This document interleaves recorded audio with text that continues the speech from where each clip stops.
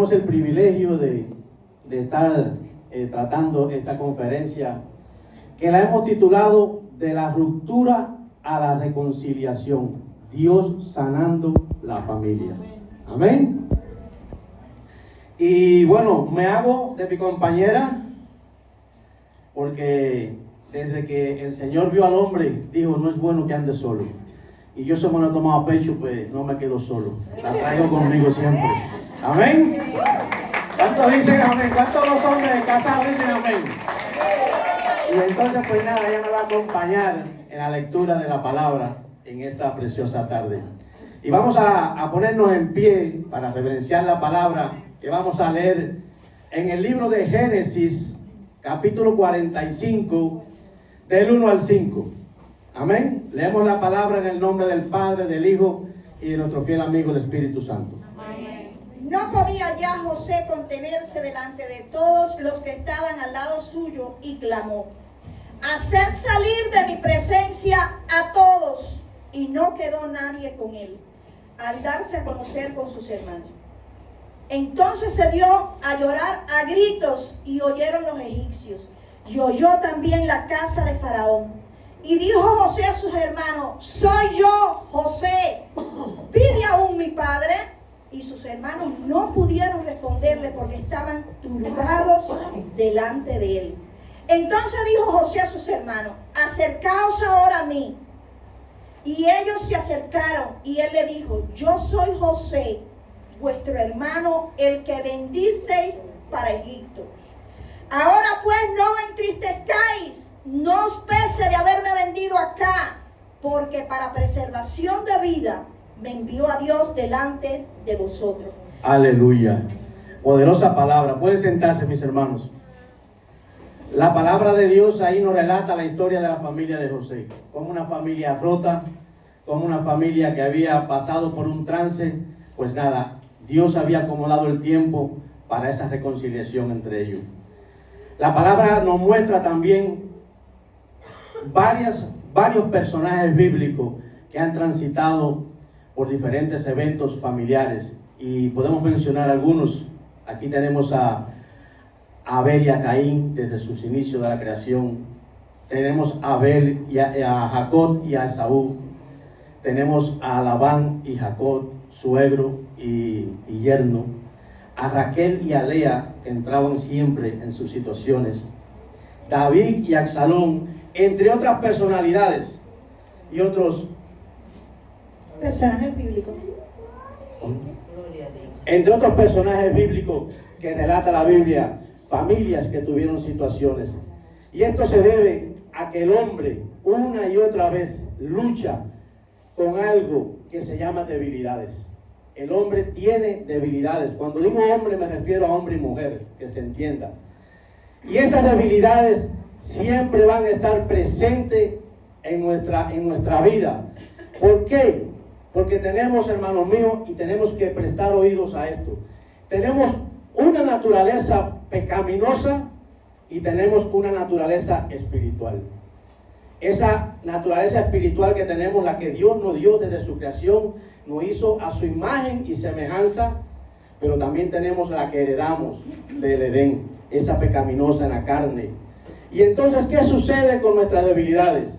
Cuando nosotros alimentamos más esa naturaleza pecaminosa, pues se va a sobreponer sobre la naturaleza espiritual.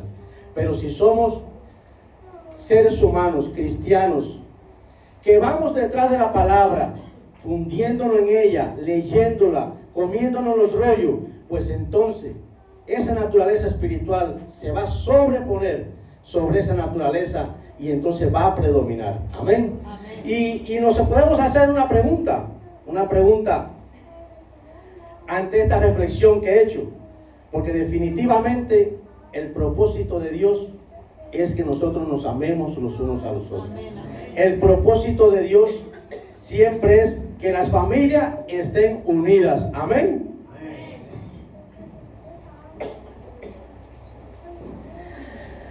Y definitivamente, como le decía, el hombre ha caído en ese vacío, ha caído en esa dificultad de las áreas débiles, no llegar a rendirlas delante del Señor. Dice el Señor en su palabra que Él se manifiesta, que Él es poderoso en nuestras debilidades. Amén.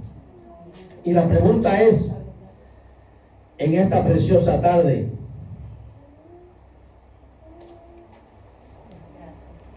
gracias, Señor. ¿Es poderoso o no es poderoso el Señor ante nuestras debilidades? Amén. Gloria a Dios, el Señor se perfecciona en nuestras debilidades.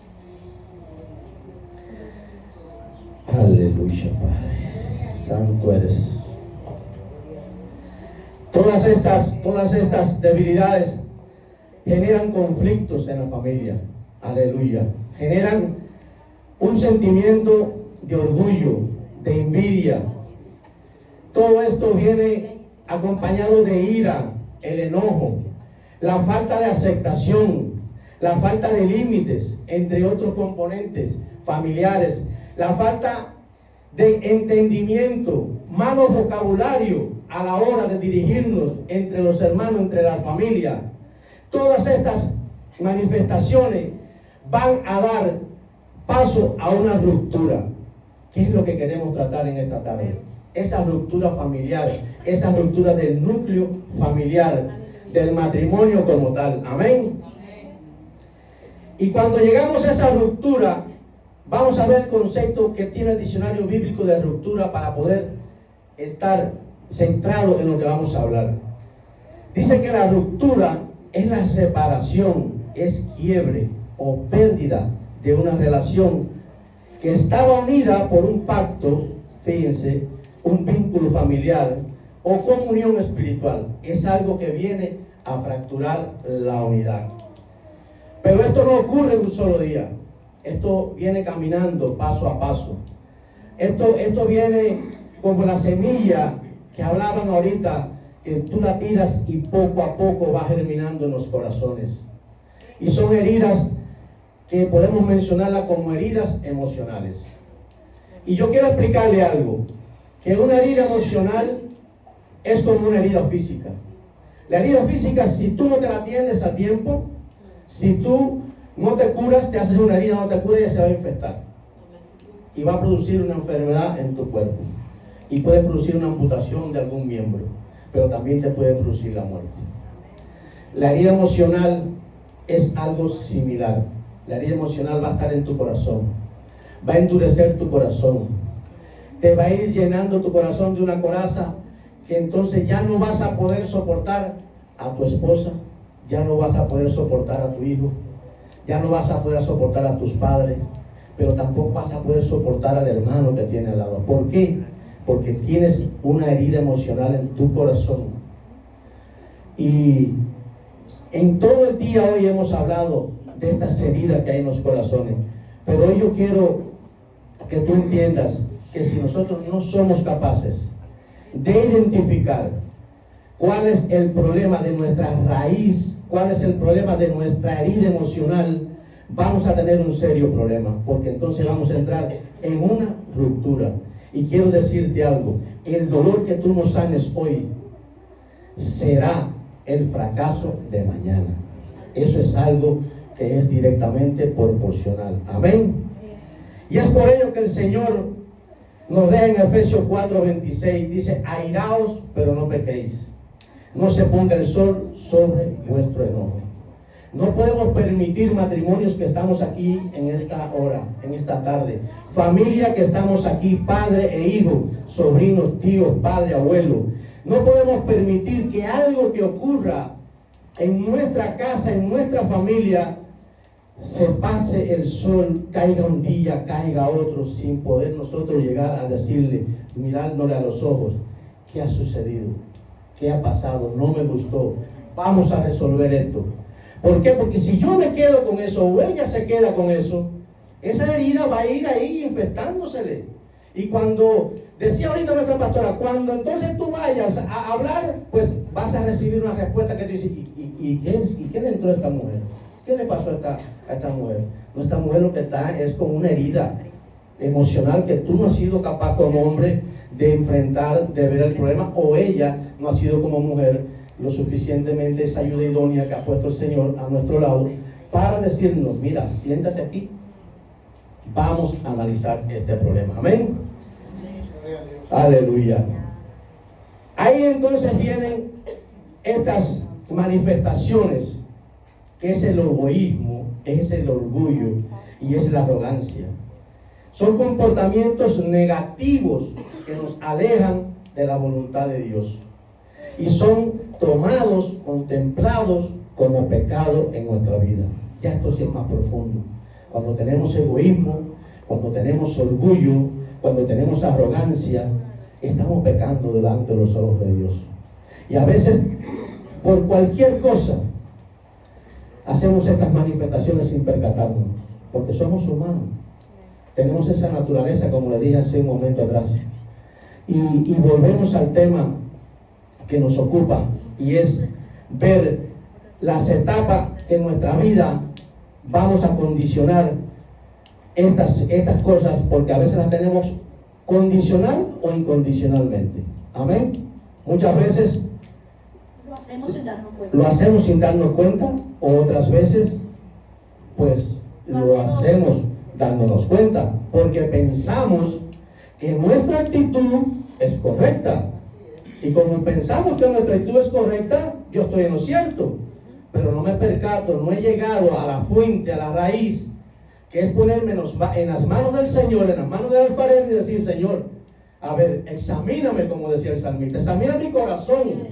Amén. ¿Qué es la arrogancia? Es aquello que hace que las personas se crean mejor que los demás.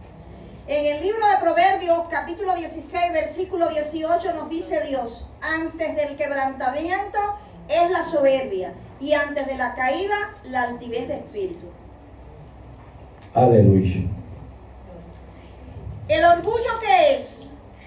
El orgullo es una manifestación silenciosa, dañina, que nos lleva a cometer errores y nos produce una caída moral.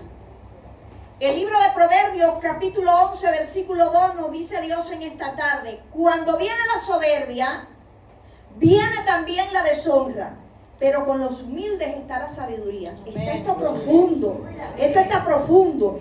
Dice Dios que cuando viene la soberbia, es decir, que evitemos la soberbia, deshagámonos de la soberbia, examinemos y digamos, no puedo tener comportamientos de yo quiero, yo necesito, yo soy el primero, yo estaba antes.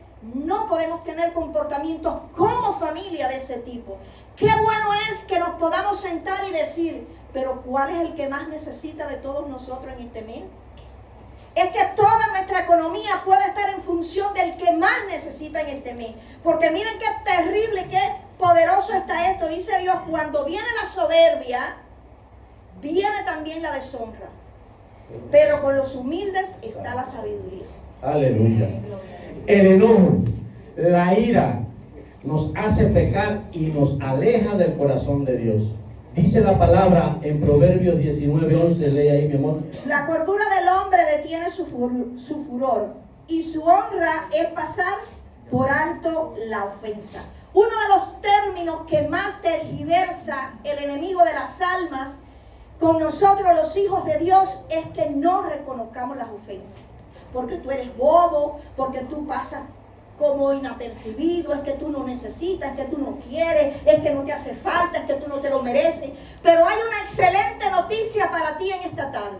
Gloria a Jesús. Gloria a Dios. Dice el Señor que cuando tu cordura, tu mesura, tu detenimiento, tu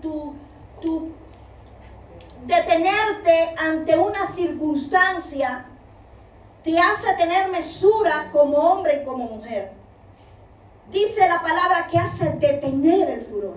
Eso es automático. Es una llave plana que abre todos los candados. Detenerse ante el furor y examinar una circunstancia nos hace tener cordura. Nos hace quedar como sabios. Dice la palabra, y su honra es pasar por alto la ofensa. Aleluya. Es que no todo el tiempo tenemos que buscar nuestro derecho. Es que tenemos una sed de derecho y una sed de razón, porque quiero la razón, porque quiero el derecho. ¿Y qué hacemos con la razón? si dañamos el corazón de mi tío? Así es. ¿Qué hacemos con el derecho? Dígame en esta tarde, ¿para qué nos sirve el derecho? ¿Para qué nos aprovecha el derecho si daño la inocencia de la ingenuidad de mi abuela, que ya es una anciana? Aleluya. De mis hijos, que son vulnerables, como decía ahorita la pastora. Es tiempo de detenernos con cordura ante las circunstancias para poder obtener la sabiduría de Dios. Miren lo que dice la palabra de 2 Timoteo 3, del 2 al 4. Porque habrá hombres amadores de sí mismos, avaros, vanagloriosos, jactanciosos, soberbios, blasfemos, desobedientes a los padres, ingratos, impíos, sin afecto natural, implacables, calumniadores, intemperantes, crueles, aborrecedores de lo bueno, traidores, impetuosos, infatuos, amadores de los deleites más que de Dios. Tremendo esto. Aquí se describe un tipo de carácter centrado en uno mismo, en el yo quiero, en a mí me hace falta, en el yo soy el primero, a mí no me toman en cuenta. Y entonces, ¿a qué nos lleva esta actitud? A una actitud egoísta. Y eso se hace muy importante que nos hagamos una pregunta en esta tarde. ¿He estado actuando de modo tal que no me percato que comportamientos así han crecido hasta llegar a dañar mi matrimonio, a mi familia y a mi hogar? Esto es una pregunta que tenemos que hacernos muy seriamente, mirando el cielo, abriendo nuestro corazón, porque el Señor hoy está aquí. El Señor desde esta mañana está ministrando perdón, está ministrando restauración, está ministrando palabra, está ministrando sanidad. Y hoy el Señor quiere que tú entregues todas tus áreas débiles en sus manos, para que tú puedas hoy obtener y recibir lo que Él tiene preparado para cada uno de nosotros. Y voy a volver a la palabra de Génesis 45, capítulo 1 y 5. Porque esta palabra de José se ha escudriñado mucho a lo largo de la historia de José. La hemos enseñado como cumplimiento del sueño, como la fe, como el propósito de Dios. Y el Señor me revelaba algo a mí cuando estudiaba, cuando me preparaba, y me decía: esta historia tiene una revelación también sobrenatural que yo quiero que tú entiendas. Y miren lo que yo he escudriñado en este pasaje de Josué, de José, del capítulo 45, del 1 al 5. Dice que primeramente ya el Señor había provocado en José y provocado en el mundo un hambre para que se uniera esa familia. O sea, ya había un tratamiento de Dios con el corazón de José. Ya José había sido encarcelado, como todos sabemos, había sido sacado de la cárcel, había sido maltratado, había sido acusado, y ya era en ese instante un hombre reconocido en Egipto. Ya era el segundo hombre sobre Egipto detrás del faraón. Y en el capítulo 1 hay algo muy importante.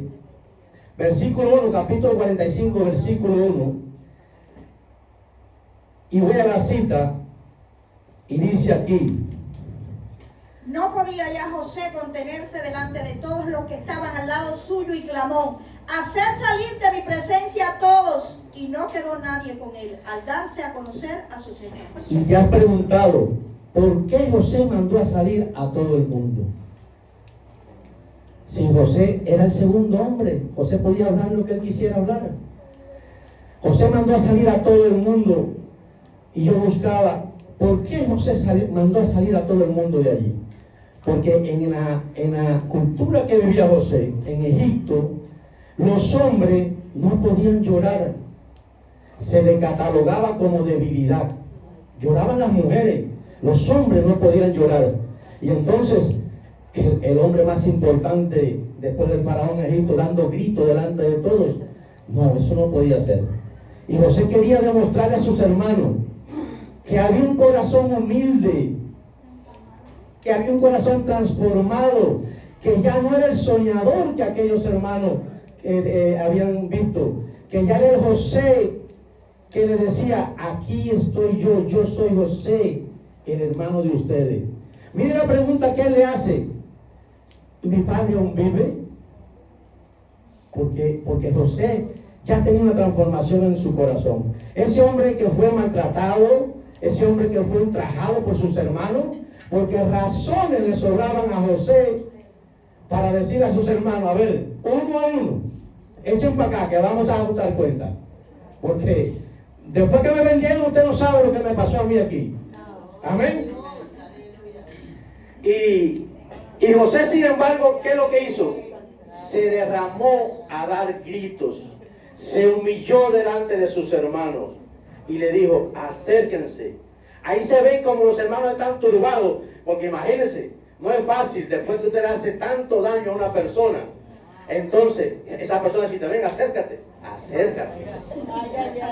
Es un problema.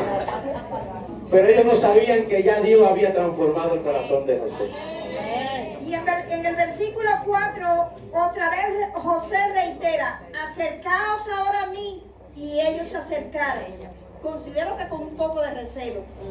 Acercaos a mí, y ellos se acercaron. Y él le dijo, yo soy José, vuestro hermano, el que vendiste, por si se te fue de la memoria, por si ya no te acuerdas, el que vendiste para Egipto. Aleluya. Ya José tenía ese perdón en su emoción. Ese perdón que llamamos como el perdón emocional. Porque debemos entender algo. Dios nos manda a perdonar. Pedro le dice al Señor, Señor, ¿cuántas veces tengo que perdonar? No, 70 veces 7, Pedro, para que ya no me preguntes más. Tú tienes que convertirte en un perdonador. Yo le digo a los matrimonios que hacemos seminario, usted tiene que convertirse en perdonadores profesionales. Eso tiene que ser una costumbre, un hábito en su vida de perdóname. Tienes que pedir perdón. Amén. Y entonces el perdón es legal. Está en nuestra boca, rápidamente, perdóname. Ya, tú me perdonaste. Pero en mi corazón todavía hay cosas. Porque somos un ser humano. Decía nuestra hermanita Carolyn que la mente sigue funcionando. El pensamiento está ahí. ¿Y cómo yo logro tener entonces ese perdón emocional para yo poder decirle, como le dijo José a sus hermanos, después de tantas y tantas dificultades y tanto dolor que le causaron, decirle, acérquense, que yo los voy a abrazar, acérquense mis hermanos? Me imagino que llorando les abrazó. Me imagino esa escena donde José, no sé, se le hace arriba a Benjamín, al otro, a Rubén, que era la cuña, como dice uno, y le abraza y le dice, te voy a besar, mi hermano. Ese perdón emocional solamente hay una persona que te lo puede dar. Aleluya. Ese que pagó el precio en la cruz. Ese que un día fue a la cruz a dar su vida por nosotros. Ese es el único que digo, dejo al Consolador aquí para que te convenza de justicia, de juicio y de pecado. El único que te puede transformar a ti, a mí, que puede el corazón de piedra ponerlo en un corazón de carne, como decía el salmista, es el Espíritu Santo que se nos ha sido dado, que nos han sido regalado a nuestras vidas. Amén. Y que no solamente fue a la cruz y pagó con su vida por tu vida y por la mía. No solamente nos reconcilió con Él, sino que en esta tarde está aquí y te ha traído del lugar donde tú estabas porque quiere hablar a tu corazón. Dios quiere hablar a tu corazón en esta tarde. Dios quiere decirte, no importa los días en los que hayas vivido, no importa la circunstancia en la que te hayas movido, Dios quiere resucitarte y darte vida y dártela en abundancia. Y mira qué poderoso el versículo 5, donde ya José puede proyectar ese perdón emocional del que hablaba mi esposa hace un momento. Dice el capítulo 5, el versículo 5, perdón. Ahora pues, no entristezcáis, ni os pese de haberme vendido acá. Fíjense, qué clase de actitud. Porque para preservación de vida me envió Dios delante de vosotros. ¿Para qué lo envió? Para preservación de vida. Aleluya. Para preservación de vida. Dios te tiene aquí en este lugar. Tú tienes que entender que hoy es el día, no es mañana, no es dentro de unos días. Hoy es el día que Dios nos ha citado aquí para sanar nuestros corazones, para ir de esa ruptura a la reconciliación con Él. Amén. Tienes que entenderlo, porque hoy Él dio su vida por ti. Entiéndelo. Pagó un precio y no lo pagó por gusto, hermano mío. Tienes que entender que no importa el tiempo que tú hayas pasado con un dolor en tu corazón. No importa el tiempo si eres abuelo, no sé si tienes 10, 15, 20 años sufriendo algo que está en tu corazón. No importa el tiempo. Desde que José fue maltratado hasta que vino ese problema, hasta que vino esa bendición en él, pasaron casi 20 y tantos años. ¿Me entienden? Entonces no puedes tú pensar que Dios se ha olvidado de ti.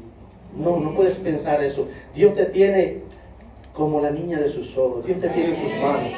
Dios hoy te está llamando para decirte, ven, yo te voy a sanar. Ven, yo quiero hoy sanarte. Yo quiero hoy restituirte. Yo quiero hoy reconciliarte y romper esa ruptura que hay en tu vida. Amén. Porque hay algo importante en eso. Nos podemos cambiar de país, podemos cambiarnos de comunidad. Usted no quiere vivir más en Madrid, se va para otro sitio, no pasa nada. Pero la carga del dolor, de la falta de sanidad nos va a acompañar donde quiera que vayamos. Porque es que no se trata del otro, es que se trata de mí. Me toca a mí rendir el área, me toca a mí decir es que pesa mucho. Aleluya. Me toca a mí decirle, Señor, es que ya en esta condición no puedo seguir más. Condición de esclavo. Carol ahorita nos decía algo importante, es que somos hijos, es que somos amados, es que somos escogidos y predestinados en Él para buenas obras. Aleluya. Del Señor, aleluya. Y le voy a decir algo. En todo el trayecto de su vida, usted se va a topar muchas personas, muchas, que le van a decir cosas contrarias, que le van a dar un consejo. Múdate de iglesia, vete de aquí, vete para allá, vete de país, como decía mi esposa. Y no, el daño no es ese. El daño está en tu corazón. Amén. Entonces tenemos que tener oídos espirituales. Ese discernimiento que el Señor nos da. Dice la palabra que pida sabiduría el que no la tenga, porque el Señor va a dar en abundancia. Y mire, a mí el Señor me trae a memoria este pasaje de un hombre extraordinario de la Biblia, el rey David, cuando él tenía en la cueva Gloria a Dios. al rey Saúl, y uno de sus hombres le dice, así ha dicho Jehová, que te pondrá tus enemigos en tus manos, haz con ellos como tú quieras. Era algo que ya me dice que el Señor de arriba me dijo que puedo hacerlo. Amén. Sin embargo, esa no era la actitud que había que hacer. David tuvo el discernimiento y cuando cortó el pedacito del manto, sintió un quebrantamiento, un espanto y dijo, ¿qué va? El ungido del Señor que lo corte él. Aleluya. Yo no soy quien tengo que hacer eso. Amén. Y hoy tú tienes que entender que los consejos que no vienen claros, no obedezca. Ten cuidado con lo que tú escuchas. Ten cuidado con quien tú te ajuntas. Ten cuidado ese consejo que tú vas a buscar en personas que no tienes que buscarlo. El que no te venga con un consejo a la palabra de Dios, mi hermano, no se lo acepte. No se lo acepte porque te va a desviar por un camino incorrecto. Aleluya. Porque ahora bien, el conflicto tiene la característica de destruir o de transformar una familia. Usted coge el conflicto o para victimizarse o para glorificar a Dios. Una de dos. Si usted se conforma en el conflicto, yo no puedo, yo no llego, es que conmigo lo hicieron, no vamos a pasar de ahí de conflicto. Ahora, si usted ve la mano y el poder de Dios transformar su vida a través de un conflicto y a través de una circunstancia familiar, entonces usted va a entender que Dios quiere sanar tu corazón antes de restaurar la relación. Definitivamente Dios está interesado, muy interesado, antes de restaurar la relación con tu tío, con tu primo, con tu abuelo, con el vecino. Quiere primeramente sanar nuestro corazón. Porque de no ser así, por todo lugar donde vayamos pasando, vamos a ir expulsando eso. Desesperanza, angustia, desmotivación, falta de proyección. Vamos a ir topetando con todos y no se trata de otros. Se trata de la decisión que yo he de tomar. Ahora, ¿cómo el Señor puede restaurarnos en medio de un conflicto, en medio de este conflicto que estamos viviendo? Y ahí es donde vamos. Vamos a ver ahora 5 puntos, donde vamos a revisar cómo el Señor nos puede llevar de una ruptura a una reconciliación. Amén. Controlar las palabras maldichas o mal interpretadas. Dice la palabra de Dios en Proverbios 15, versículo 1 y 2. Y la blanda respuesta quita la ira, mas la palabra áspera hace subir el furor. La lengua de los sabios adornará sabiduría, mas la boca de los necios hablará sandeces. Humildad. Segundo punto. Debemos reconocer los errores que nos dice Dios en su palabra. Reconocer los errores es algo muy importante. Decirle a la persona que tú tienes al lado, decirle a tu hijo, decirle a tu padre, decirle a tu abuelo, decirle a tu tío, me equivoqué, perdón, me equivoqué. Es que lo hice mal. Es que lo hice mal, es que no debía haberte hablado así. Eso es muy importante. Eso es manifestar el corazón del que murió por nosotros. Amén. Amén, amén. El libro de Efesios capítulo 4, en los versículos 2 y 3 de la traducción de Dios habla hoy, nos dice: sean humildes y amables, tengan paciencia y sopórtense unos a otros con amor. Dice algunos, no, dice sopórtense todos unos a otros con amor. Procuren mantener la unidad que proviene del Espíritu. ¿De quién proviene la unidad? Del Espíritu. Por medio de la paz que une a todos. Aleluya. Es decir, que si en algún momento de nuestras familias se están generando circunstancias en las que no hay paz, en la que la paz no está por ningún sitio, se fue, se esfumó, entonces vayamos al Espíritu Santo y digámosle: facilítanos la paz, ayúdanos a establecer la paz a la que tú nos convocas en tu palabra, que debemos tener todos. Tercer punto, el perdón. No significa olvidar, sino liberar el corazón. La restauración empieza por el perdón.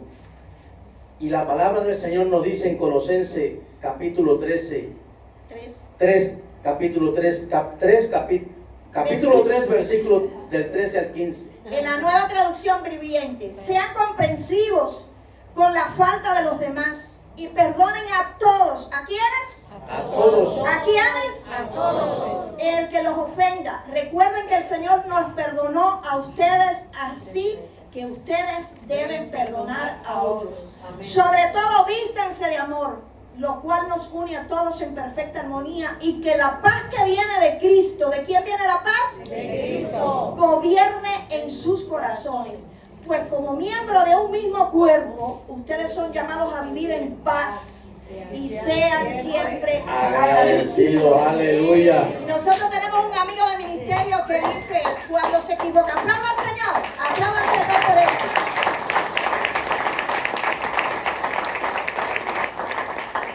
Aplauda al Señor por eso. Una de las cosas más poderosas y más maravillosas que el Señor nos ha dejado y que hemos disfrutado en esta tarde es experimentar el perdón de Dios. Nosotros tenemos un consiervo de ministerio que es muy temperamental, como lo que decía Manuel esta mañana, y todo activo, y dice: está bien, mi hermano, perdóname, ¿y ahora qué? Y así mismo nos dice Dios en esta tarde: ya yo te perdoné, ¿y ahora qué? Hazlo tú con nosotros. Y a veces necesitamos volvernos perdonadores profesionales, no porque se nos olvide lo que nos hacen, sino para ejercitarnos en el amor de Dios. El amor intencional. El amar nos une, nos genera unidad en los tiempos difíciles. Amar restaura y protege la relación cuando hay errores. La armonía familiar es una bendición espiritual. Dice Pedro en el capítulo 4, versículo 8 de la Nueva Traducción Viviente: lo más importante de todo es que sigan demostrando profundo amor unos a otros. porque el amor cubrirá multitudes de pecados. Aleluya. Dice el Salmo 133, mirad cuán bueno y cuán delicioso es habitar los hermanos juntos en armonía. Es como el buen óleo sobre la cabeza, el cual desciende hasta las barbas de Aarón, y baja hasta las vestiduras, como el rocío de Hermón, que desciende sobre los montes de Sión, porque allí envió Jehová bendición y vida eterna. Aleluya. Ese amor intencional que debemos de tener es el que nos permite a nosotros acercarnos a esa persona herida. Si a mí una persona te hace algo, tú tienes que acercarte a esa persona. Tú no puedes esperar que el sol se ponga para entonces quedarte con esa herida. Tú tienes que llegar hasta esa persona, porque el ofensor entienda que se siente con la capacidad de que lo hizo bien. Y si no hay una persona que vaya hasta donde está él va a quedarse, lo saque de su error. ¿Cómo tú lo vas a sacar? Tú que fuiste el ofendido. Eso suena un poco duro. Si yo soy el herido, ¿cómo yo voy a ir al que me hirió? Pues no, ¿qué hizo el Señor? El Señor entregó todo. Él no fue, Él pidió el perdón. Él dijo, perdónalo porque no saben lo que hacen. Y me trae a memoria cuando el Señor miró a Judas y dice la palabra que mirándole le amó. Ya Jesús sabía de la traición que iba a venir. Sin embargo, sentados todos juntos, pudo mirarle y con amor le amó. ¿Y sabe por qué todas estas cosas que hemos estado manejando en esta tarde y por qué le hemos querido hablar de la necesidad de caminar de la ruptura a la reconciliación? Porque es que Dios quiere reconciliarnos en esta tarde juntamente con Él. Dice en 2 Corintios 5, versículos 17 y 19 de la Nueva Traducción Viviente: por lo tanto, si alguno está en Cristo, es una nueva creación. Lo viejo ha pasado, ha llegado ya lo nuevo. Ha llegado lo nuevo para ti y para mí. Todo esto proviene de Dios, porque por medio de Cristo nos reconcilió consigo mismo y nos dio el ministerio de la reconciliación. Amados, que en esta tarde estás en este lugar, Dios estaba reconciliando al mundo consigo mismo, no tomándole en cuenta sus pecados y encargándonos a nosotros, a ti y a mí, el mensaje de la reconciliación. Aleluya. Este precioso mensaje que nos dejó de la reconciliación, que hoy estamos aquí nosotros porque estamos pasando de una ruptura a una reconciliación, sanando nuestros corazones, sanando nuestra familia. Y yo te voy a pedir que en esta tarde tú te pongas en pie, porque podemos concluir en esta tarde que donde el orgullo divide, el perdón puede volver a unir. Amén. Y si los chicos de la alabanza pudieran acompañarme por aquí atrás. Mira, ha llegado un momento muy importante donde tú te puedes despojar de todo peso. Cierra tus hermosos ojos, desconéctate, haz la idea que eres tú y Dios solo en este mundo, no hay nadie más. Y puedas en tu corazón y en tu mente decirle: Señor, te necesito en esta tarde para caminar de la ruptura a la reconciliación. He cargado por muchos años en silencio heridas que me han dañado. Aleluya. El perdón no te va a cambiar tu pasado, pero sí te va a transformar tu futuro. Y hoy es el día que el Señor quiere reconciliar nuestros corazones. Y yo voy a pedirle a los que tienen familias aquí, que son familias sanguíneas, que se unan, por favor. Quiero que las familias se unan. Abraza